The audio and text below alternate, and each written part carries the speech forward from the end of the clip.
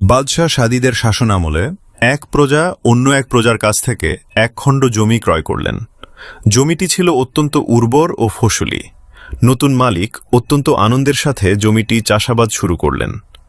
একদিন জমিতে লাঙল চালানোর সময় হঠাৎ লাঙলের ফাল মাটির নিচে কোনো শক্ত জিনিসের সাথে আটকে যায়।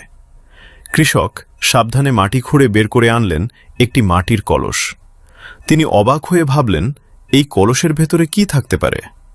কাঁপা কাঁপা হাতে কলসের ঢাকনা খুলতেই তার চোখ ছানা বড়া হয়ে গেল।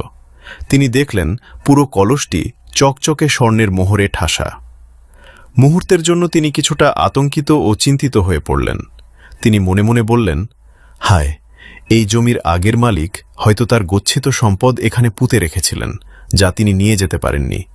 এই সম্পদ তো আমার নয়। একবার ভেবে দেখুন, আমরা হলে কি করতাম?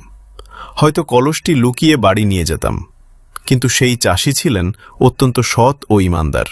তিনি এক মুহূর্তের জন্য সেই পরধন নিজের করার কথা ভাবলেন না।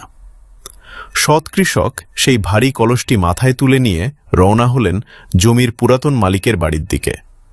গ্রামের পথ পেরিয়ে তিনি যখন সেখানে পৌঁছালেন, পুরাতন মালিক তাকে দেখে খুশি হয়ে সালাম দিলেন এবং